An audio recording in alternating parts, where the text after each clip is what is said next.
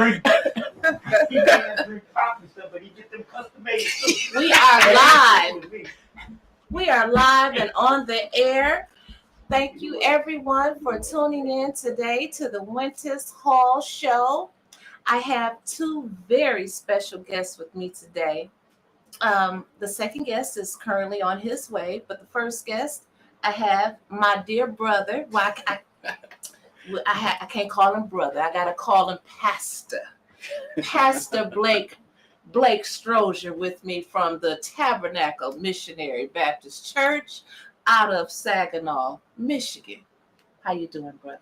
I am all right there, sis. How about you? Well, Wyntis, I'm doing fine. How about you? I'm doing very well. You know, we talk often, but now we have to be proper and talk for our Christian people, don't we? Absolutely.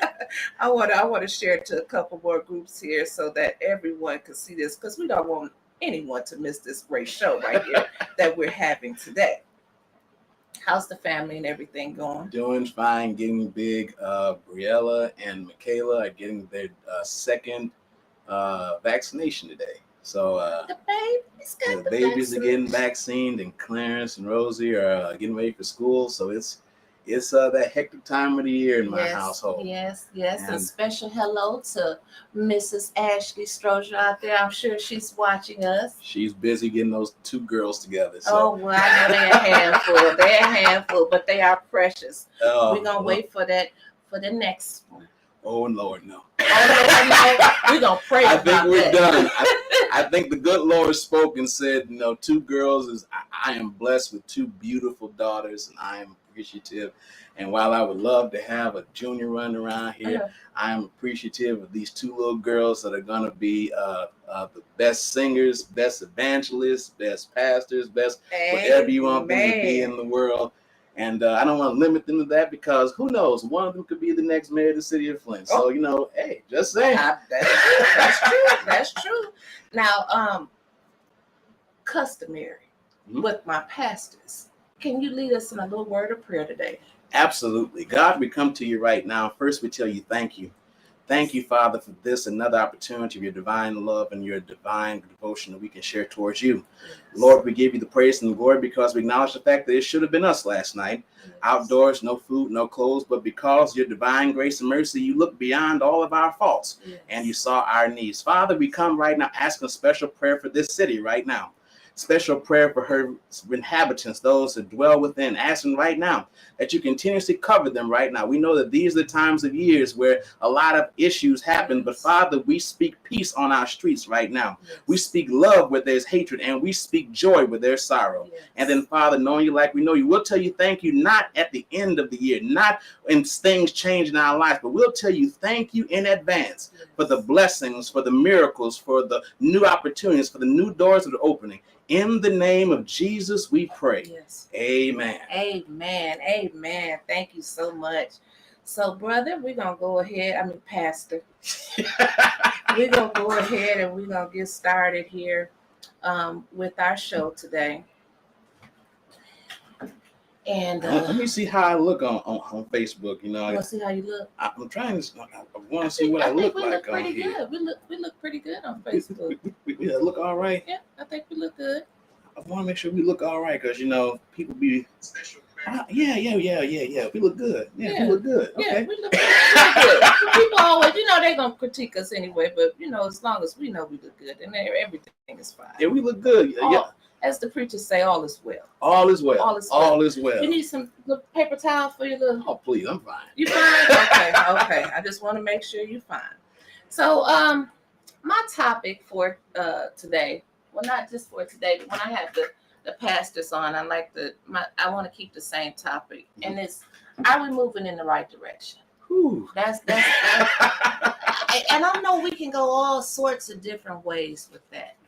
And you and I, we have a lot in common. Mm-hmm. Pastor Taylor should be joining us soon. I hope he's not too lost out there. But we grew up in Antioch together. Mm-hmm. And I think that may be him coming in now. No, it's not. I thought that was him coming in now. But we grew up at Antioch together, and we've seen a lot of things. We've been a lot of places. And I can say, and you can say too, that Reverend Randolph was very instrumental in this city. Yes. He played a very pivotal part in the city, and also in the leadership of the city, politics. I've always said that if he was still, you know, able to function, the way he used to before he got sick, we wouldn't have all of this going on today. Now, don't you believe that? Oh, I'm serious. the Pastor Randolph that I grew up with, that you and I both grew up with, that was in Antioch, was someone who, when they spray painted that park in Flushing, led people out there to Flushing to pray. Yes. That was able to call the mayor and call city council and say, look, stop with all that foolishness. Let's handle the business of the city of Flint. That's the Pastor Randolph I remember. The Pastor Randolph who, people would come by and ask him for their advice, Right. ask him for their support. Right. If they had issues or had things that were going on in the community, they would oftentimes go to him and say, look, I need you to pull these people or this group together because I'm not able to do that. And I think in our community today, we have individuals that are trying their best, but you have to remind yourself that, that's how this has always been in our community. We've always had individuals from the religious community, from the political community, Yes. that have pulled together and worked their differences through. Because the one thing about Flint is that we are a community that we come together and we're called together by the workings of our churches, by our communities, by our neighborhoods, in order to do what's best for the people of this community. That's true. That's very true. That's yeah, you couldn't have put it any better. And I know that the reason why I said that is because it was a time where the faith community and the political part of the community would all come together, and they would say, we're going to pick Joe Blow, and this is who we are going to back. And that would be it. No more discussion. We wouldn't have 15 and 16. Well, we have a straggler here and there, but we wouldn't have 15 and 16 people vying for the same position. We wouldn't have three African Americans running for mayor. We just wouldn't have it. And I know it's a lot of people that are always screaming on social media now the difference, church and state, that needs to be separate, but they don't understand the pastors. We look to the pastors for leadership. Absolutely. We confide in our pastors. We talk to our pastors like they are regular people, because you are the ones that are in charge of our destiny. That's what, seriously, God called you all to be pastors, and you're pastors over a flock, and you are responsible for that flock. So God holds you at a higher standard. And that's what people need to understand. It's not that the pastors are trying to take over the political world, or we're trying to go into the church with our politics. Politicians come to the churches all the time. And you brought up a good point there, Wyntis, because I remember I've heard that for years about how a pastor's spot should be behind the pulpit. I was at a community meeting in Saginaw a couple months ago, and I was talking to one of our U.S. senators, and he was talking about the Recovery Act and all the money that came to the communities and urban areas. And one of the pastors there said, I don't know what urban area you're talking about, but it hasn't reached my people. I still got people hungry. See? I still got people that are being put out of their houses because they can't afford the rent. I'm still have people that are looking for affordable cars and looking for help and are trying to get their kids into good schools. I'm still having community members come to me and say that the schools don't even have air conditioning. So while you're saying that everything is fine, I'm boots on the ground. That's what a pastor is. A pastor is literally boots on the ground in the community, dealing with the people of the community.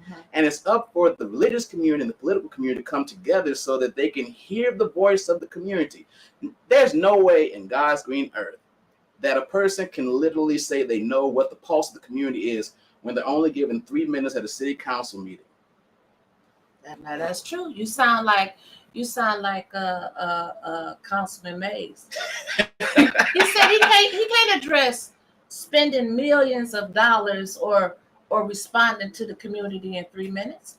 You can't approach the podium and speak of all the trouble or everything that's going on in the city in 3 minutes. You just can't do it. And somebody that's on the school board, I listened to the pulse, but I also listened to the pastors. I mean, even as a minister, before I became Pastor Tabernacle, I had pastors that would come to me and say, listen, can you come to my church and explain to me why you guys did this? Or can you give me an explanation for why this was approved? And I always listened because I knew that it was valuable because they had members of their church that had students that went to that church. Mm-hmm. They had students that had parents that went to that church. And oftentimes what they would do is they would go to their pastor and say, I didn't agree with what they voted on. Can you talk to someone that's there? And of course, they call me. So there's always that connection. To hear people say, well, the church and the religious community and the political community shouldn't really connect. That's difficult for me to understand. Right. Me too. It's very difficult. And we've had the water crisis for the past 8 years. COVID, Legionella. We just got the cancer cluster study that's going to be done. And all of these crises that lead back to, I don't even know what they lead back to, but you think about everything that's going on, and it really just makes you wonder, are we ever going to be able to put our head above water?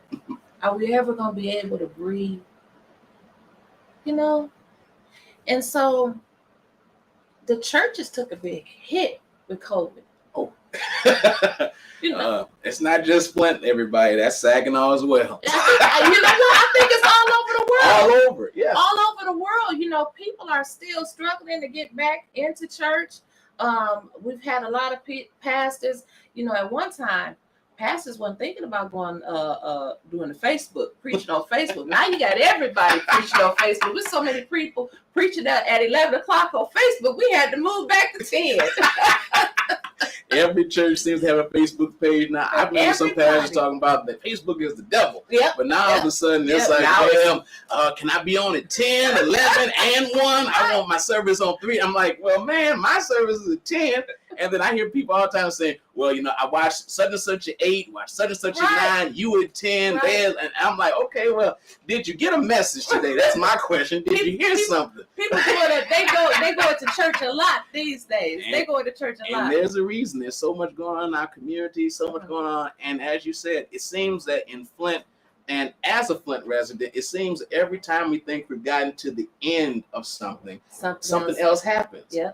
And at some point, it's like, when is this going to be an opportunity for Flint to rebound? Right.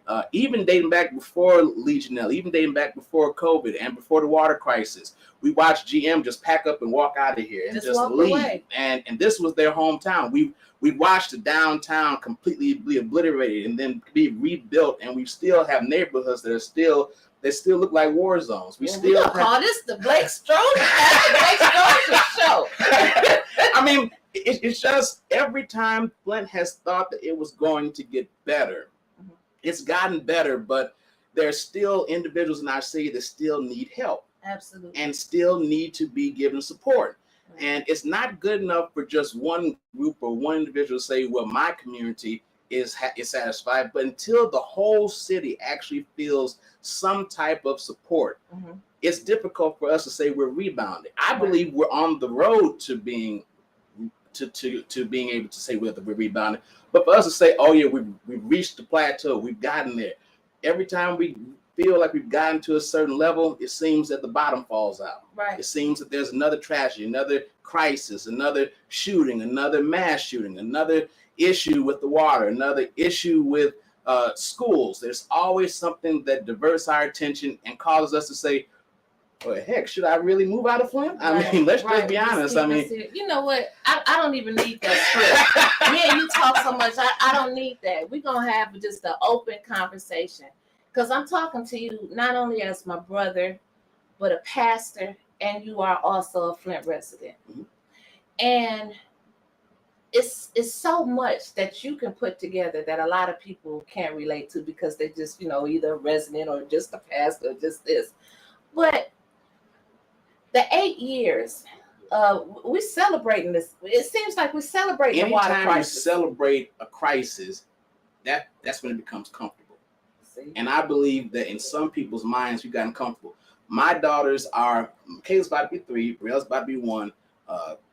They have never seen us drink out the fountain. And even though they're still young, the fact is that the average 7-year-old has never seen anyone drink out the fountain. I think you said the other day. Yeah, and my 10-year-old, like, she doesn't know what it's like to just drink out the water hose. You know how we used to just And sit at outside Addie and drink out Bell's the water house, hose? Johnny Bell's house on Bar Street, I remember many a nights I go over there and just pick up the hose and drink out of it. Right. But you can't do that anymore. You can't. Same thing with taking showers, bathing in the water, Right. washing Playing your it. hands. Just a little pool outside for your babies to play. They And you do that. can't. And that bothers me. And then when you see people saying, well, we're almost there, we're almost close to being completed, it's not. And the fact that there's still houses that still have groundwater coming through them, the fact that there's still houses that still have elevated lead levels, and even though your water may be clear, it doesn't mean that it's clear of lead. And that's the issue. And I feel that sometimes we get so caught up in just wanting to just say, well, that's an issue, we'll move on from there, until we fix the root cause of this. Right. There's no moving on and saying we're fine. We have to address the root cause of this, and then we can move forward and go forward with something else. Right, because I just read an article a couple weeks ago where the lead levels are rising again. Mm-hmm. But then you have leadership telling us that the water is okay. And I don't think that anybody in Flint would ever be comfortable drinking tap water again. You can look into Lake Mead. I saw this the other day when because the lead levels over in the Vegas area are diminishing so quickly, they're finding cars, bodies, boats just have sank in Lake Mead. But yet, because they're just down there, people are discovering. Now, what would happen? Let's just say, perchance, the Flint River were to lose some water elevation, and we could start to see what's really in the water. I don't know. We might be like Lake Mead out there in Vegas. They might find Jimmy Hoffa out there in Vegas. No, but seriously, they might. And that's legitimately where we are as a community, is that we have to be aware that there is a lot of things that need to be taken care of, that we're not done yet, that there is still work that needs to be done. And until every resident from Carpenter Road down to Fenton Road over to Court Street, whatever quadrant city people stay in, they have to be complete and they have to be whole. Right. I see Pastor Taylor on here commenting. Pastor Taylor, where are you at? I don't understand why you are commenting and you are supposed to be here, but we gonna figure that out later. Pastor Taylor, man, come on, man. He's supposed to be here, but they was first called Christians at Antioch. Now, and Antioch is still one of the best. The church where everybody is somebody. And Jesus Christ is the main attraction. We grew up on that. Every Sunday, we grew up on that. I can tell you the order of service in my head, the congregation of hymns, responsive reading. I mean, we could go all down the line, but that's not what we're here for today. But it's good to laugh and share this. I might need a fan with this. You just brought back a whole bunch of memories. Benevolent offering, tithes and offerings, special offering. Yeah, we had a lot of offerings. And so, speaking of offerings, brother, we talk about our faith-based community. We talk about prayer and partnership. So since you brought it up, offerings, has anyone that you know of from the city level reached out to the churches and said, how can we help you?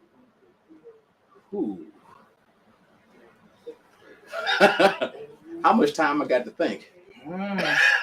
Well, we only got an hour show, so I don't know how long you go. I will say this. I am not aware of that, but I will say that I think that is one of the main cornerstones for revitalization and for moving the community forward is, as you said at the beginning of your show, we do so much to damage the relationship between the church and the government of our communities by saying we don't want them involved. We know that our counterparts on the other side of Flint, they don't have a problem with uniting the Christian and the political movement that they're in. That's right. And saying that, well, God would want the government to work together, but it just so happens that in Flint we don't want that connection. And I believe that for the churches, we don't want that connection until election time. Mm. Now, I'm gonna say it. You probably can't say it, but I'm gonna say it. You're right. Because every politician I've known since we was what 2-3 years old, they have made they way through the doors of Antioch and every other church around town, because that's where the people are, and people look to their pastors for guidance. So even though they may do a press conference over here and say, we need to separate the faith and the blah, blah, blah. And then over here they saying on 1420 prayer and partnership, because they know that faith-based community is strong. And they need that support to get to the next level. Every church, and Flint is blessed, and just like Saginaw, Flint and Saginaw are blessed to have churches involved and invested in the community. And politicians and people that are in government understand that if I need to talk to the community, I got to go to the church. Right. But I agree with you. Don't just come when it's election time. Right. Because anyone can come and show up during election time, but I want you to be there on community cleanup days. I want you there to hear the voices of the community, that if there's something wrong, and then when we need to partner, when we need to make change that's effective, that helps the community thrive. I need you not just to send a representative. I need you to be here with me. Right. Because anyone can say, well, I'll send my assistant, I'll send someone from my office, but I want you to send someone that I know, that the community knows, yourself here. Right. In Saginaw, we had a community outreach day last year in Saginaw, and I was pleasantly shocked. And I'll tell this to anybody in Saginaw. Mayor Brenda Moore, who is the mayor of Saginaw right now, and she's running again in this upcoming election, she showed up.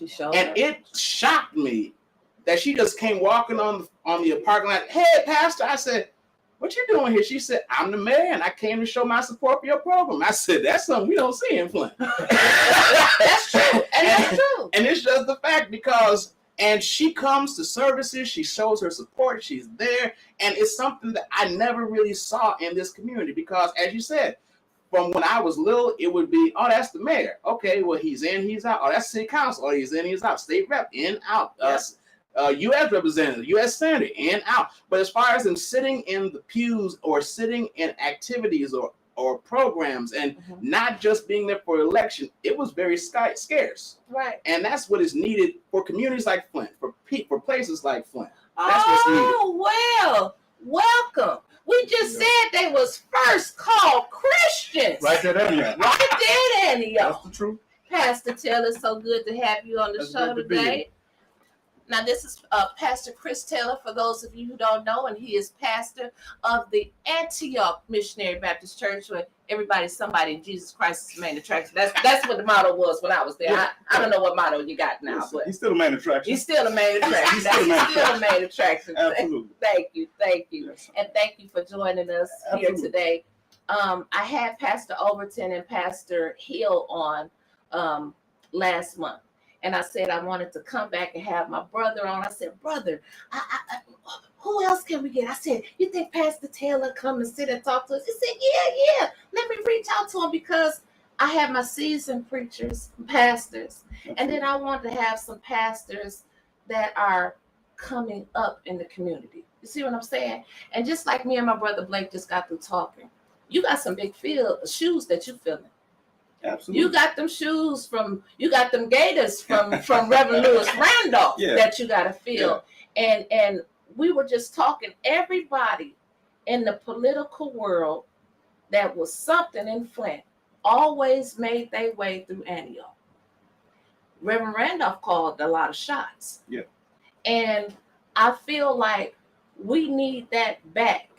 We need that young people our ages getting behind the younger ones or the older ones and pushing the one candidate forward.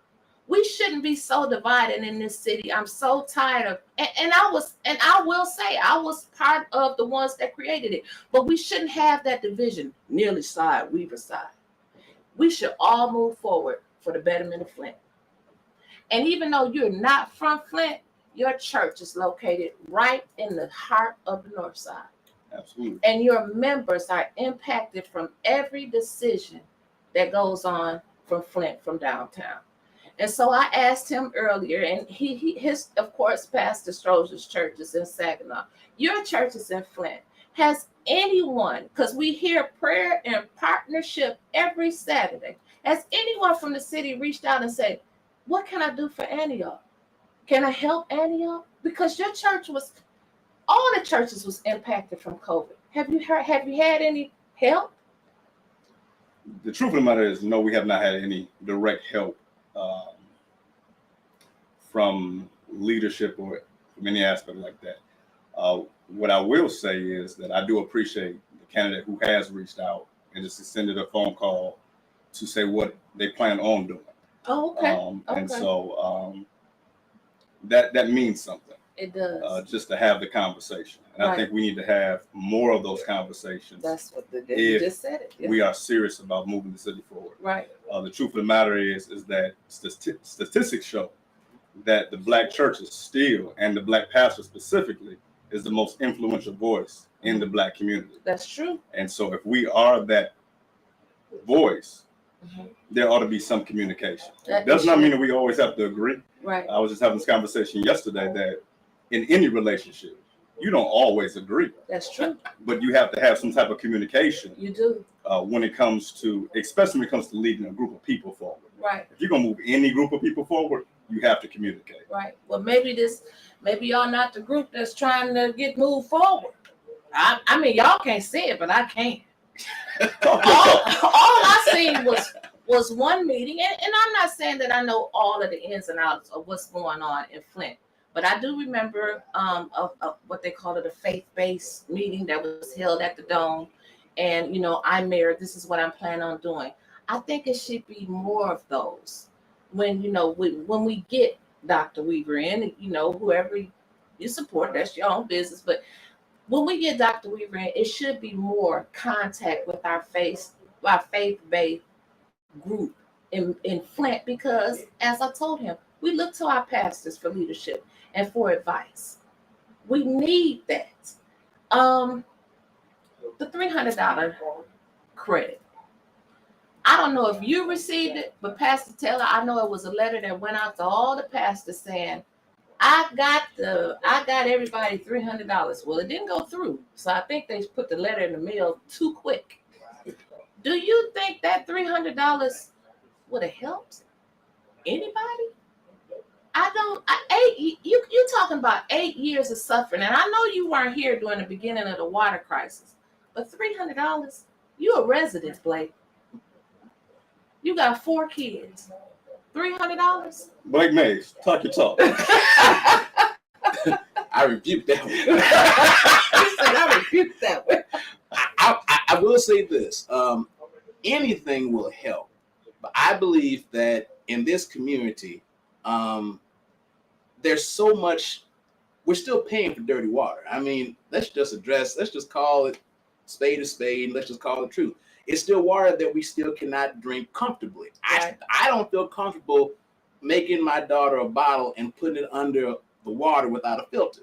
Right. And still being overtaxed, still having the highest water rates in any community in the entire state nearly, still having the issues that the water still is being tested at higher levels than what it should be, and yet if you don't pay your water bill, they'll still cut you off. They started cutting off Monday. I seen the red truck moving around Flint.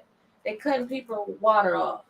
And they're saying, well, it's programs available. And we all know when we hear about the programs and the money, it's almost gone by the time we get there. And then where do the people come to? To the church. And they expect the pastors to somehow help them.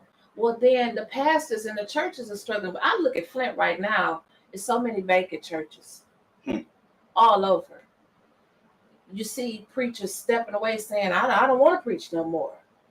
And that just is just crazy to me, because I don't know if you were called by God. Did God call you back and tell you you don't have to preach anymore?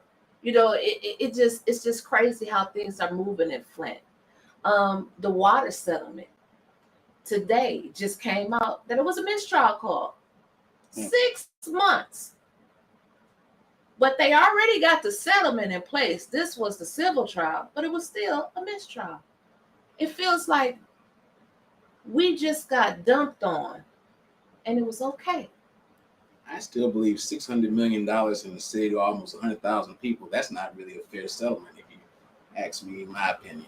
I'm asking you your opinion. And we've heard that was the floor, not the ceiling. Well, it seemed like that was everything. Aaron Brockovich in early 1990s was able to get over $1 billion for a handful of people. $1 billion. And yet here we have thousands of families that were impacted, thousands of children that will forever be that will forever have to deal with the fact that they didn't grow up like every other individual in the state of Michigan. They didn't have to sit and see. I remember someone told me, like, we have to move on, but yet I can't get over seeing lines of people lined up behind Bethel to get water on Monday, Wednesday, and Friday, or they came by churches to pick up water, or having to go by the fire station. They closed at 10 o'clock or 8 o'clock, whatever time it was, and they're literally passing out water by the National Guard because we couldn't drink the water in Flint. You cannot get over those moments. Nope. And so even though the physical wounds may have healed, the mental wounds of this community still need to be properly dealt with. Right. And that is one thing that I think that $300 credit is wonderful and all, but until we address the root cause and make sure that everyone is whole, make sure everyone is comfortable being in this community. I mean, you cannot draw people into Flint by saying, come to Flint, we'll give you this, we'll give you this. You have to give them hope and saying, we are improving the lives of people in this area and making it better so that they can live comfortable lives in this area. Right. That's very true. Pastor Taylor, the topic of my show today, for all the pastors that I have on, is, are we moving in the right direction? When I had my pastor on, Pastor Hill, he talked about downtown being the heart, and the rest of the city was the organs, and it should be pumping out blood. And so I'm using the heart as downtown, and the other organs will be the north side, the east side, the south side, the west side. You're on Stewart Street, right across. I mean, I remember standing outside of Antioch, but we couldn't see anything but all the people going in to work at Buick City. I can stand in front of Antioch now as well as you can, Pastor Taylor, and look and see almost clear to downtown. What do you got to say? Are we moving in the right direction, Pastor Taylor? I think that's a loaded question. I think that load me up. Yes. I believe that from where we've come from, I think that we as a people can say that we've come a long way from many different instances. But at the same time, there's a lot of work to do. I think that when we look at the city, there's so many different challenges that we need to figure out a way for common ground to move forward. I'll never forget my pastor would say, Dr. John Tober would say, God has a strange way of giving us a common problem. That's a good one. But when we have a common problem, we need to put our heads together and figure out how do we move forward together collectively. Right. And one thing that I say, and I have no shame of saying it, I said openly to Antioch all the time, but we have to figure out how do we as a people get on one page. That's true. I think that we are too scattered. I think that we have too many separate agendas. And at the end of the day, we have to figure out where is it that we want to go and how do we get there collectively. And again, that goes back to conversation and goes to knowing the need of the people. It shouldn't just be centered on downtown, and it should not just be centered on those who are privileged, but there are those who lack privilege. Right. And when they don't have access to those things, how do we bring everybody in? And it may be a large, it may be a high order, but at the end of the day, it's necessary to rise up to that challenge and say, hey, when you talk about the north side, when you talk about Stewart specifically, right, My challenge is, as a pastor, how do I get off of 475 and from exit 2 to exit 9, it looks completely different? That's true. What's that all about? Right. When you get off of exit 9, off of 475, it ought to be welcoming. It ought to be something that you want to drive into. That's true. It ought to be streets that you want to drive down. And let me say this, unashamedly, we ought to challenge as the businesses that are in this community. Don't just have a business in this community and let it go to waste and then drive back elsewhere. Don't come to exit 9 and treat it any kind of way and drive back to exit 2. There you go. And live how you want to live. There Talk, you go. man. There you go. And so when we look at things like that, I'm ready to pass the collection plate. how do we talk about moving in the right direction? If we're going to move in the right direction, it can't just be a certain group of people going in the right direction. That's right. We That's need right. everybody That's right. to be moving forward. We need to have everybody to have access. We need everybody to have a voice. Right. And it shouldn't be just the ones who I like, or just the ones that support me, or just the ones that are going to agree with me. And Leadership is not exempt from critique. there you go. Talk, man. All right. Leadership is not exempt from critique, and that's from a standpoint as a pastor. Everybody's not always going to agree with me as a pastor. That's right. But at the end of the day, I need to listen and hear what it is that the people stand in need of. That's right. And so if we're going to be leaders, we also have to be receptive of critique. And whether you support me or not, I still want you to make it. That's right. Hell, I want my hell raisers to make it into heaven. Ooh, Talk, sir. all right now. Okay. But at the end of the day, whether you agree with me or not, I still have a responsibility to see to it that you have access Right. to the truth, That's true. that That's you have right. access to the blessings that come from knowing the truth. And it also has to be palatable. Right. You know, you can't talk to somebody who has experienced the same things that you have the same vantage point as somebody who does not have the same experiences. That's right. And their cry is different when you've experienced different things. That's true. And nobody's cry, my cry is not any different than your cry. That's right. Your tears are not any more important than my tears That's right. because your experiences are not the same as mine. Right. But with that being said, if we're going to be citizens under leadership, we have to have the opportunity to, as often said, sit at the table. I want to sit at the table. Right. But if the door is shut off before I get to the table, what happens when I'm on the outside of the door? That's right. And so I think when you ask the question, I don't mean to get too far off track. No, I'm loving it. But when we, if you talk about if the city's moving in the right direction, I think it's moving in the right direction for some people. But what happens when you offer Stewart and Selby?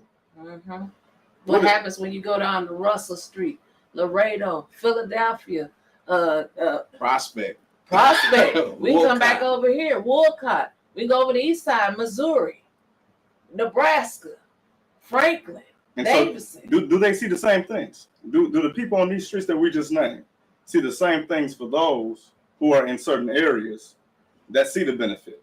I'll tell you as an outsider, the most interesting thing for me is some people say their water was never tainted. That's an outside perspective. Some people say their water was never tainted. And it makes you And they'll wonder. say they'll double down on that. Yeah. I drink out of my faucet today. My water clean and clear. Yeah. Whereas somebody else will say, no, that's not my experience. Right. Right. How do we clear that up? How do we, and even if it's not making it clear, how do we respect each party the same way to see to it that we all have equitable access to the resources that are available? Right. It ought not be because I live here and you live here that it's less important. Right. Hell, I live in the United States of America. Why do I got dirty water? Right. Exactly. In the United States of America. I'm not in a third world country. It feels like it. It But does. we got to go pick up water on Mondays or Wednesdays. And you know, because Bethel is right in our neighborhood. And they're still providing those services. So it's, as Pastor Taylor, man, look, can I join your church? Come on. Come back home, son. He said follow me. But he honestly said the exact gospel truth of what needed to be said for all of us is that, and being a Flint resident, I've heard those people say the same thing. I've heard individuals say, well, I'm fine. They just repaid my street. but it's not completely Flint if it's not the whole city of Flint benefiting from what is going on in the city. Right. Until everyone can say that I feel valued, that it's not, and I'll just say this, millennials like me and like others, it's not that we don't love our city when we move out of the city. It's the fact that we feel that what we see is not materializing in a way that we want it to be seen.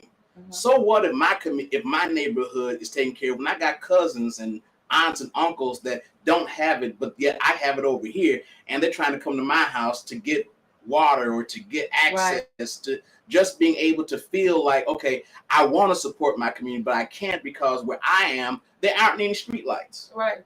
Or the police response is 3 to 5 hours. Right. Can you call them from your house and see if they'll come to your house and then dispatch them from your house to my house because maybe they'll get to me quicker. So until Flint can honestly say that everyone feels the same value, right. Pastor Taylor said that's what it's all amounts to, is that if you have a voice, you want your voice heard. And you don't want your voice either stifled because, well, I don't agree with you. I don't like a certain group that you hang with. It just is, if you're a resident of the city, you pay taxes. Right. You vote in these elections. You have value then in this community. And it goes, and pastors may not can say it, but you may not like all your members. But guess what? You still their leader.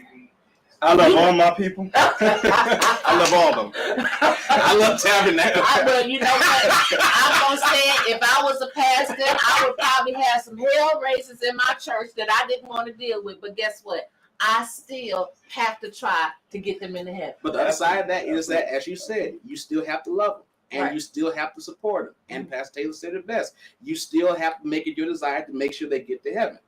As in this community, we don't agree with everything that people say and that people do. But it still doesn't negate the fact that you're still in this community. It still doesn't negate the fact that you deserve police response times that are actually manageable. It still doesn't negate the fact that you still deserve that when it snows outside to have your street plowed rather than it being 2-3 weeks later and then all of a sudden plow truck comes down. It still doesn't negate the fact that just because I disagree with you, I don't like you, I don't like the crew that you hang with, or I'm not a part of your church, I'm not a part of your group, it doesn't negate the fact I live here. That's it. I don't know exactly what the tax roll is for this city, but I think we pay enough taxes in this city that we earn the right to say or to be able to be heard when it's needed and when it's necessary. Right. And it shouldn't be, I have to go to you because you come to me when you want to get elected. So you should be coming to me all throughout your term.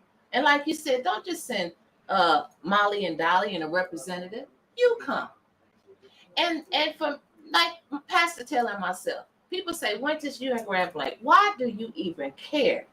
I could pick up the phone out there in Grand Blanc, and if I say I got an emergency, I got at least 3 Grand Blanc Township trucks that's going to be there within 2 minutes. Pastor Taylor, you come from Pontiac all the way up here to minister and pastor over a church. You could stay down there. You could got you a big pretty church in Detroit or in Pontiac. But it's something about Flint. I got family, relatives here. We want to see Flint go forward. The Great Lakes District. You both are part of the Great Lakes District. I'm Saginaw Valley. Oh, you're Saginaw Valley. He's got as a matter of fact, I am the first vice president of the Congress of Christian Education. That's why you had to wear a suit tonight. That's why you had to wear a suit, because it's Saginaw Valley. Okay. Saginaw Valley. Tabernacle. Good to see y'all out there, man. I know y'all watching. Vice president. Well, down here in Flint, we have the Great Lakes District. With moderator Alan Overton. Alan Overton is our moderator. And first vice is Pastor L. Wallace Hill III from Mount Pisgah Baptist Church. Pastor Taylor, the Great Lakes District, how can we get people more involved in church and religion? And how would you like to see the Great Lakes District move? And even though you're with the Saginaw, I mean, I think for us, I believe, and I've maintained this my entire ministry, I believe that the work of our national convention down as it trickles down to our state convention and our local districts, I believe it's one of the most powerful institutions that we have in our Right. country. Right. Our network, how we connect, and especially pre-COVID. Right. Could it be better? Absolutely, but everything can be better. Right. What I would like to see is I would like to see churches get involved. I think the call from our moderator is, let's step up. If we're going to be a part of this community, let's be together. And I could see some of the changes that he's doing already. Oh, And absolutely. I think it's going to be a wonderful thing. And I think it's about us getting involved. And so the pastors and others who may be watching, we need to be involved. We as churches cannot be divided. Right. A house divided cannot stand. Nope. And we have to realize that Scripture tells it, we are a part of the body. Each of us has a functioning part. And I think too many of us are worried about being the head. Yes. Too many of us are worried about being the hands. Too many of us are worried about being the heart. Yes, sir. But I need a heart. I need my fingers. Yes, sir. I need my lungs. Yes. I need my arteries. Yes. I need all of that In order to function. to work. If I'm missing any of them, I'm in trouble. That's right. You miss a big toe, you're going to walk funny. That's right. And so we need all of these collective pieces. And so I think to the call of our moderator, it's for us to step up to the challenge to be together. I'm going to talk my talk now, as I tell Andrea. We've got some 20 churches that are not involved, 20 to 30 churches that sit in this community that are not involved. Get enrolled, get registered. Let's be a part of it. Right. Let's talk together and let's speak as one collective voice. We are stronger together. We're better together. Andrea, we're better together. Anyway, yeah, that's true. But as a That's community, true. we are better together. The Black community, we're better together. If you look at any other race, they're not going to let each other fall. Don't go there, man. That's true. You're right. You're telling the truth, man. They're not going to let each other fall. We will cut each other's head off. We sure will. To be at the table. Yes, we will. It's time out for that. Push you out the way in order to run through the door. My passion is this. Why are we allowing other people to come and run our city? Why are we letting other people come in and have more investment or have more results out of our community than we do? Right. It's too many Black people around here for us not to own a grocery store. It's too many Black people around here for us not to own a gas station. It's too many Black people around here for us not to own a liquor store. Come on. Y'all ain't gonna talk to me. All right. All right, that's true. No, you're right. You're right. It's way too many of us. Yeah. We should be able to buy a block.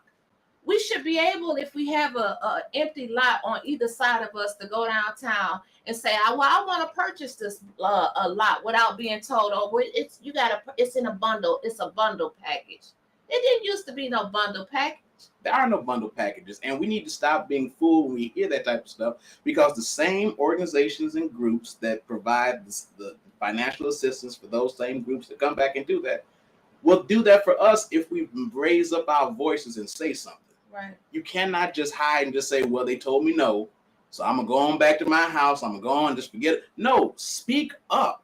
Right. The one thing about the Black church is that we've always spoken up when times were needed for us to make change. Yes, sir. So if you want to see change in this city, if you want to see change in this community, this is not the time for us to sit down and say, well, it's going to be the same thing regardless of what I vote or who I vote for. Right. No, it's up to us to stand up. If you want to see a grocery store in your community, make a pledge and start working towards seeing that happen in your neighborhood. If you want to see someone own a block and do something productive and get something moving that's going to generate economic investment and development in your community, then don't just say, well, it's never going to, well, Flint's going to be the same way.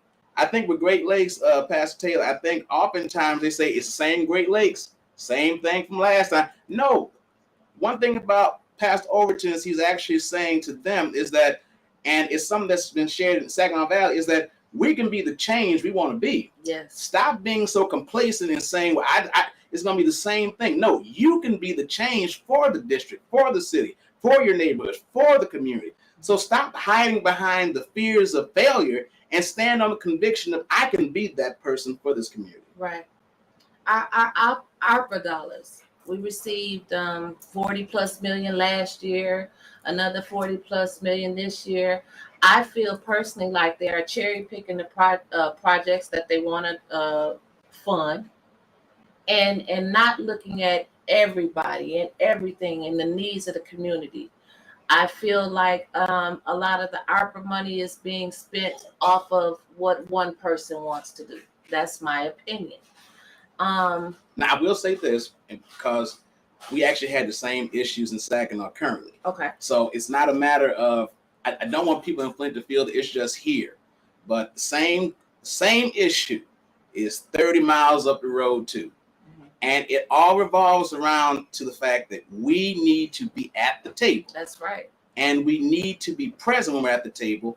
And we cannot come with ulterior motives for what we have a desire for. We should want everyone to be successful in whatever operation they bring and put at the table. So it's not so, I know this maybe on a larger pot than Saginaw, than other areas, but the same issue is that we need people at the table. And how do you get at the table? Just raise up your voice and stand firm and don't walk away. Doesn't matter what somebody may say to you about, well, no one wants to hear your proposal. There's somebody that wants to hear your proposal. There's somebody that wants to see you be successful. So don't allow people to tell you that no one wants to hear what you have to say. There's somebody. Right. There are pastors, there are ministers, there are elders. There's someone that values what you have to bring. And they will stand behind you, but you cannot be someone that stands up and says, well, if they deny me, I'm just going to go back. No, you got to keep going. I want to know the pastor's name from Saginaw. The pastor's name from Saginaw. Oh. This is, go ahead, introduce yourself. That's Pastor Blake George of the Tabernacle Missionary Baptist Church, 810 Cathay Street in the city of Saginaw, Michigan, 48601. All right. Service is at 10 o'clock on Sunday morning. Pastor, tell you now introduce yourself for the people who just now joining us. Pastor Chris Taylor, Antioch Baptist Church, right here in the city of Flint, Michigan, 1083 East Stewart Avenue, 48505. Can I do my plug? 11 a.m. is our service. You can catch us on Facebook Live and on YouTube. Like, comment, and share. And we're right there. So, yeah. Well, I'm not a pastor, but I go to Mount Pisgah Missionary Baptist Church, and we're located at 6415 Clio Road, where the Pastor Wallace Hill III is our pastor, and we have services at 10 a.m. every Sunday. There we are. Okay. You got somewhere to go. You got somewhere to go. You got 3 options. Pick one. Just The pick one. bedside Baptist ain't one this week. You got 3 options today. Now, when we talk about moving into the right direction and coming together, we need our faith leaders to come together as well. How do you all propose that? Because I see from the outside looking in, I don't want your church to be bigger than mine. I don't want you to have more members than I have. You know, what do you guys do to fix that? There's a scripture that I've been telling Tabernacle for the past few weeks and months. And I know sometimes you get tired of me saying it. Come to Chronicles, it says, if my people who are called by my name shall humble themselves, it's not going to start outside the church. It's going to start inside the church. And this is not just selected to churches. This is selective to the body of Christ. Right. If we want change to happen in our community, it's going to start with us before it starts outside. Right. And so we have to come together under one voice, under one call, under one issue, and say, this is what we're standing for, and this is what we're going to go forward with. As Pastor Taylor said, it's not a matter of, well, I want to be the head, I want to be the moderator, I want to be the president, I want to be this. It's whatever helps get this community on the right path, period. Right. If I got to sit back and be in the background, I'll do that. As long as we get these children what they need, as long as we get seniors what they need, as long as we get adults opportunities to be successful, as long as we get housing that's affordable in our community, it doesn't matter who gets the credit. I will give the concerned pastors this. It doesn't matter who's at the podium. They're saying that we're here to support this project because we value the fact that it's more than just us that's going to benefit from it. Right. There's going to be people in this community that will benefit from this. So it doesn't matter if I get a chance to say something, if I got to give the prayer, if I got to get up and say good afternoon to people. It just is the fact I'm here to show my support because I value the fact that it's going to help somebody. We have to come together and say this is going to be good for us as a people. And us as a people will be able to prosper because of it. That's Tim. And you talk about our churches and having more members and all of that. The interesting thing about the pandemic is all of us need some members. Talk, There sir. you go. Everybody church in Flint is empty. Right. Got a whole pew to yourself. It's yours. Right. And so one thing I believe that we have to do is be real and be relevant. There you go. It's time for us to come down off these high horses. There you go. It's time for us to There you go. limit competition because here's the truth of the matter. there's a generation who knows not God. There you go. That's it. There's a generation who is not in church. Mhm. And as long as we're playing country club and privilege, we talk about city and privilege. Let's talk about church and privilege. There. Okay. So Okay. if we're still playing privilege in church, Mhm. our kids are going to hell. Right. Our kids are living in hell. They forget going to hell. They living in hell. Yes. And so we have to have a place that's real and that's relevant and that speaks to the issues of the day. And I think we as pastors, we've got the truth of the matter, it's a change of the guard in the city. Okay. My personal opinion is that we need to do better with succession. We need to do better with our communication as leaders and really getting over all this other mess that has been for so long. Right. I don't know if I'm gonna be a member of Great Lakes by the time this is done. But in seriousness, we really have to look at what's going on. Mhm. And what was 10 years ago is no more. That's right. What Pastor. was 20 years ago Right. is no more. Right. And if we're gonna come together, we got to be serious about it. And we have to stop taking offense to what today's generation is crying out about. Right. It's a cry. And if is we a don't cry. hear it as a cry, Mhm. it's something wrong with us. That's right. The amount of murders that we have in the city, Yeah. it's a cry. Yeah. Right. The drug addiction in the city, It's a cry. it's a cry. And But we got it's to. money available for these resources. When you talk about the We don't drug- want it. What? We don't want it. What you mean we don't want it? We're not serious about going after it. You know what? When Mayor Weaver was the mayor, she did a lawsuit for the opioid crisis, and they just got the money this year, $8.1 million. I have yet to see a plan or hear anything about fighting the drug addiction in the city. I would say that speaks to my point. I don't think we want it bad enough. I think that there are solutions for the problems that we have, but we have to be serious about it. Right. And I think that when we're trying to make these reserves and hold on to stuff and have facilitators of our funds, Mhm. I think we miss out on the issues that are at hand. We got to attack them head on. Right. We got to be serious about programs for those who are addicts. Mhm. We've got to be serious about recovery. We've got to be serious about reentry. What Right. happens when you spend 10 years in prison? Right. Do I have programs for you to get acclimated back into society? Mhm. Because I can speak from personal experience, from family, friends. You spend 10 years in jail, the world is different.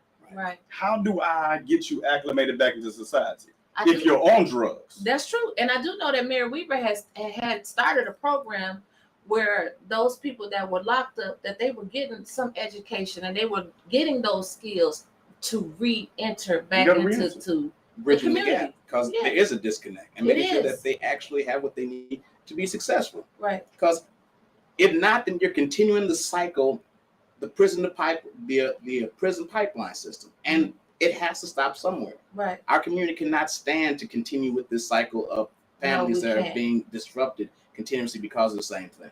I don't think we can go through another 5 years on the same path that we are going. How long have you been pastor at Antioch now? 3 years. 3 years. So if you look back from when you first started and you first came to Flint, you look back 3 years ago, are you better off now than you were then? Or do you see a decline Ooh. in your surroundings, in your church, in your members, in the people that you see every day, and their attitudes, the atmosphere, the Stewart Street, Prospect, Ballinger? I mean, then and now. Tell me something. Then and now, from just an honest perspective, I think it's too wide of an issue to really assess if I've actually seen. I can say there's some things that I say, okay, this is going good. There's some things I'm like, man, where's the change at? I think when you want to assess a city and what we see, I think, again, what is the goal? What is our end result? What are we expecting to see? I think sometimes you got to knock some stuff down. Right. And be okay with it. Okay, this is going to be down for a while. Right. We got to be okay with saying, okay, we got to walk through this hard path, and we've got to go through it. Right. What I will say is, I think that I go back to the same word. I don't mean to harp on it, but I believe there's a consistent cry. I think that's the same. I think there's a consistent cry, and we've got to see to it that it's heard.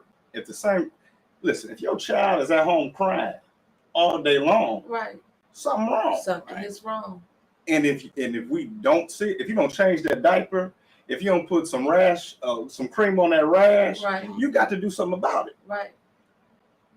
Why are we still seeing the same things replay? Or why are we still having the same conversation? I need conversation of progress. Right. And granted, I have not been here for the full terms of either mayor. I'm, going through the first term of Mayor Neely, and I believe that you have to give leadership a chance in a cycle. But with that being said, again, I think that we need to figure out as a people, what is it that we want? Mm-hmm. What is it that we want to see? And what is the plan to get there? You talked about earlier. We hear about prayer and a plan. Mm-hmm. But we got to be one on that. Right. And how do we It can't get there? just be your prayer and your plan. It's gotta be You all can't of be us. you can't have a partnership with just yourself. What is that? And how do we present that in a way? One thing that I realize is that there's passion and privilege at the table. Mm-hmm. What happens when passion and privilege collides? What do you do when passion and privilege collides?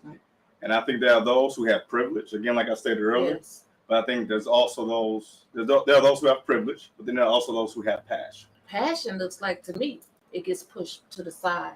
It gets swept under the rug. I think passion is also overlooked as being irate or crazy. Yeah. And I think you have to also listen to passion. Mm-hmm. And I think that there are those who are privileged and passionate. That's Right. true. So again, how do we make this a clear conversation to where we're not fighting against each other? That's the problem that I see when we look at these all night long 24-hour city council meetings. Mm-hmm. Again, this ain't happening everywhere in America. No, it's not. Why is Flint a laughing stock Mm-hmm. across the country? I got Right. pastors who call me from Waco, Texas. Oh my. Talking about, man, I'm watching city council tonight in Flint Oh, because they know they're gonna see something on They city go- council. right. They go get entertainment. And that's not about any one particular person, Mhm. but it does come to say, again, it's just like preaching, pastors. Me and Blake don't always agree, Right. but as long as we sitting here, I love this son of Antioch. You know what I'm saying? Absolutely. Absolutely. Absolutely. And we gonna support him the whole way. Right. But with that being said, there are certain conversations that need to happen behind closed doors. Exactly. But when we step out in front, this is where we're going. Right. And until that happens, and that's from the top down, and I don't care who get mad over this. If legislative and all the other branches can't get along, what are we doing for? Right. Right. What in the world are we doing? It's just a war, week after week after week. And it's not gonna happen. And I look at it like this: I think you got citizens, I think you got church, I think you got politics. Right. And we all live in the same city. There you go. That's a problem. Mm-hmm. And I think that we all have to come together. Mm-hmm. I think the church plays a vital role Yes. to speak truth to power. Mm-hmm. But I think the legislative and executive branch has a responsibility to enact truth with the power that they have behind them Right. and the resources. Right. The church don't got it all. As much as folk want to think that the church, when the city don't do it, the church can do it. The reality of it is that we need to be able to access those funds that the citizens pay into. Right. And Right. when you need your trash picked up, it need to be picked up. Right. If you need clean water, you ought to have it. That's right. And it ought not be where I got to go get bottled water because I want to have an event at Antioch. Mm-hmm. Costco done made all kind of money off of us. Wow. All kind. And I still got a water bill. I don't run nan fountain in my church. See? What are we doing to see to it that we're not, and no offense to any other place in the world, but what in the world are we doing chugging water along, filling up our cars with water? Right. And that's not to speak harshly against what has happened, because we have to be very sensitive to the crisis. Right. We have to respond to Well, it. we're being told the crisis is over. The water is clean. I can show you a whole bunch of people that know that the prices are still alive. Oh, you ain't got to show me. I'm just telling. And with that, what do we do? What are we going to do as a people? And honestly, to stop going, we got to stop the bickering, we got to stop the back and forth, and we got to be able to sit down and say, hey, this is where we're going. And truth of the matter, shameless plug, I'm going to say from here on out, we need to be registered to vote. And that was my next topic. What can we do to get people more involved with voting? As he said, you said, take your souls to the polls and vote. We've been hearing that every election cycle since we've been little. Why can't we get more people to vote? How come people won't come out to vote? I'm going to make this appeal to citizens of Flint, and I mean this in all honesty. If you didn't vote in this past primary, right, be quiet. Just stop. Because you cannot say that you want what's best for this community if you're not actively engaged in voting. Voting takes less than 2 minutes in most cases to go down there, fill out your ballot, and send it in. We can even get absentee voting. You can sign up for absentee. And the fact is that you cannot say you want your voice heard. We've talked all this evening about your voice being heard, feeling validation, and feeling like you're part of something, and to be at the table. But the best way for 80,000+ people to say they're at the table is for you to get up and vote when it's election day. Right. And that is the key component of our democracy. That's the key component of our city, is to vote. So please, I'm asking you as a Flint resident, not as a pastor of this city, but as a resident of this city, to please, whatever you need to do, get out and vote in November. Don't allow yourself to say, well, I don't like either candidate. Pick somebody. Or I don't like this person because this person said. Vote for somebody and vote based on what they can bring to change your community and to change your situation. You asked a little while ago about where do we go from here and about the state of Flint and are things better than what they were 3 years ago. The one word that came to my mind as Pastor Taylor was talking is potential. Potential. There's so much potential Absolutely in this community. And the question is, will Flint take the opportunity to see the potential and to gauge which person will give them that potential to get us to the next level that we can be at as a city? Well, I'm going to say WWW, we won't Weaver. Nah, that's what I'm going to say. They might not can say it, but I'm going to say WWW, Karen Weaver in November. Last words, Pastor Taylor. My last words for tonight would be, I hope that we can get on. I hope that we can have the conversations that will move our city forward. My hope would be, and my prayer would be, that there would be a candidate that's serious about getting the next generation registered to vote. Yes, sir. And serious about voting. Yes, sir. Because it won't happen. As long as we have the turnout that we had this last cycle, it's going to be left to the powers that be to determine what happens next. Right. Because truth of the matter is, we thank God for Facebook, we thank God for YouTube, but that don't matter when it comes to tallying up votes. There you go. A status does not cast a vote. Right. And so we have to vote. We have to be involved in the process. And we have to put our weight and our support behind who has our best interests at heart. Absolutely. And so my prayers for all who are watching, that we will be involved all the way around. Let's take pride in our community. Let's be serious about it. Let's be serious about, and this is my ground school background coming in, but don't throw trash out your car window for somebody else to come pick it up. Yeah. Quit throwing Patron bottles on Antioch's parking lot if we're serious about taking care of our city. That's true. That's true. Let's pick up our trash. Let's cut our grass. Let's cut our neighbor's grass. Right. Let's not let somebody else come in here and treat our city any kind of way. And that goes back to home ownership too. Absolutely. If we own something, we value it more. I mean, we could sit here and go all night, but I just had to throw that in. Go ahead. Yes. But no, absolutely. But to your point, home ownership, all of that. But we have to value what it is that we have, because there's so much potential in our. To Blake's point, there's so much potential. I don't know who cabinet he's trying to be in, but he didn't did it tonight. Right. He didn't did it tonight. Right. But absolutely, we have to have we have to take pride in what's ours. Yes. And as we take pride in what's ours, we got to speak up. Yes. And my prayer is that I know this is going to be an interesting election cycle, but when it's over, my prayer is that we can sit down at the table and move this city forward. Move it forward. Because what we don't need is other people moving into our city, buying everything up around us. And at the end of the day, to your point, we don't own nothing. Nothing. And we don't have a voice at the table. Right. And so collectively, I pray that citizens, pastors, and politicians can be on one accord to move this city forward. Thank you, Pastor Taylor. Brother? Jeez. Got me coming behind Martin Luther Taylor over here. I'm in my own corner. I will say this though, Wyntis, you remember when we used to go to church at Antioch, Yeah. and every house behind Antioch had people in them. Yes. I drove down there a couple months ago, and as Pastor Taylor said, we're being pushed out of our own community. Yes.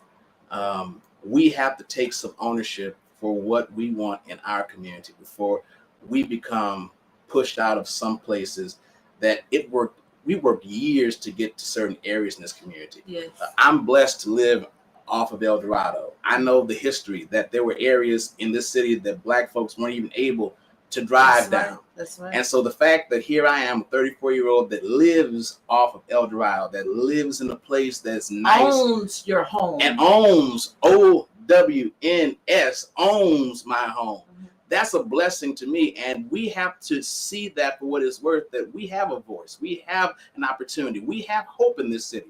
And there is an opportunity for us to rise up and to take ownership and to do what's necessary to make this community a special place again. So I'm not going to be long-winded. I think I say that for Sunday morning, but I just definitely want us to see there is potential in this city. If there wasn't potential, people like me that live in Flint would have said, you know what, I'm putting my house up for sale and I'm moving to Flushing. Mhm. But I see potential in this community. I want my children to be proud to say I'm a Flintstone. That's I right. want my children to be proud to say I went to Flint Community School. They might not do that right now with them crazy board members they got. But I'm saying that I want my kids to be proud to say they came out of Flint Community Schools. Right. Because I know there's value in this city and I know there's potential in this place. I was just going to say, man, to this point about owning homes, I hope that our people know that we can own. Yeah. We can own. Can we? Oh, we can own. I Because all I would see is show apartment buildings going up. I don't see any homes for us. But here's my thing. I think that we also need to know we have to start informing our people. Mhm. And I'll just say this. I hope that we own them before they all are demolished. There you go. Let me put it that way. Right. Let's stop letting it go to where it's owned by somebody else to hold it Mhm. until the right buyer comes in. Till the right Mhm. buyer comes in. You're right. We need to buy it now. Right. And let's not allow, to Blake's point earlier, Pastor Schroeder's point earlier, let's not allow it to be one of those conversations to where they tell us we can't have it. Mhm. Oh, y'all about to make podcast over. It's over, but we having such a I'm good about to talk time. too Go much. ahead. Go ahead. When I first got here, the land bank wanted to tell us around Antioch that we couldn't own certain property. Mm. I got everybody I could to go sit down and talk to the land bank to tell them you was gonna have to run me out of there because we got the finances, we have the money to buy it. We want it. Right. Don't tell me that I gotta have no. We gotta have those conversations, and we have to start letting our people believe that they cannot own homes, Mhm. and we gotta buy it. Right. And if you renting it from somebody who don't want to sell it to you, buy that property next door Right. because it don't cost as much as they want to make it seem that it costs. Right. You're right. It's not worth as much as what they're trying to sell it for. Right. Let's buy it. Let's invest in it. Let's own. Right. When I was And I'm gonna say it up and down. last thing to his point, when I was at North Flint with I realized the properties, man, $1.50, $2 per parcel, and people just buying them up. If you actually go down there and see the properties that are available, just parcels that are available, you can turn into a urban garden. It's so much potential, but you have to do the research and actually be involved and engaged and want to see something better. Stop complaining about the lot and do something with the damn lot. Ooh. All right, Pat, get my son off of this. We're going too far. And all the people say amen. Well, I want to thank Pastor Chris Taylor from Antioch Missionary Baptist Church and Wow. Pastor Blake Strozier from Tabernacle Missionary Baptist Church out of Saginaw, Michigan, for being guests on my show tonight. I also want to just plead to the citizens of Flint, vote. November, you already know it's going to be cold. Plan ahead. Register for absentee ballot. It's things available. You can call to get rides to the polls. It should be no reason that anyone doesn't vote. I'm asking for your vote for Karen Weaver. I just want us to be able to unite and move forward. Thank you all for watching, and please join us again the same time, 6 o'clock next week for the Wyntis Hall Show, and 10 a.m. Sunday morning, Pastor Wallace Hill, Mount Pisgah Missionary Baptist Church. Thank you all. Have a great evening.